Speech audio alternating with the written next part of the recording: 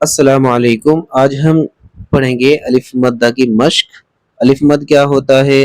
زبر کے بعد میں جب الف ہوگا تو الف مد ہوگا، اس کی آواز ڈبل ہو جائے گی۔ اگر یہاں پر الف نہ ہوتا تو یہ ہوتا زا، لیکن یہاں پر الف ہے، الف مد ہے، تو اس کی آواز اب تھوڑا کھینچ کر پڑھیں گے اس کو، زا۔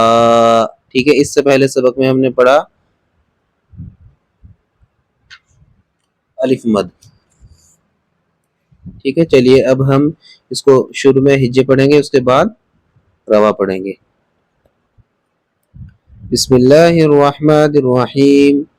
زا الف زبر زا، دال زبر دا، زادا۔ خا الف زبر خا، فا زبر فا، خافا۔ تابا، تا الف زبر تا، با زبر با، تابا۔ جاہدا، جیم الف زبر جا، ہا زبر ہا، جاہا۔ دال زبر دا، جاہدا۔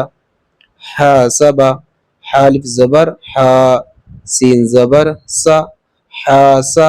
با زبر با، حاسبا۔ جناحو، جیم پیش جو، نون الف زبر نا، جنا۔ حا پیش حو، جناحو۔ شین الف زبر شا، را زبر را، شارا۔ با زبر با، شاربا۔ فراغا، فا زبر فا، را الف زبر را، فرا۔ غین زبر غا، فراغا۔ اب ہم اس کو روا پڑھتے ہیں۔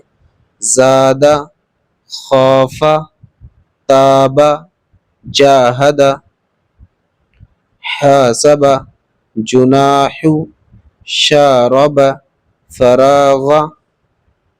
آخری لائن خادع، خا الف زبر خا، دال زبر دا، خادا۔ عین زبر ع، خادع۔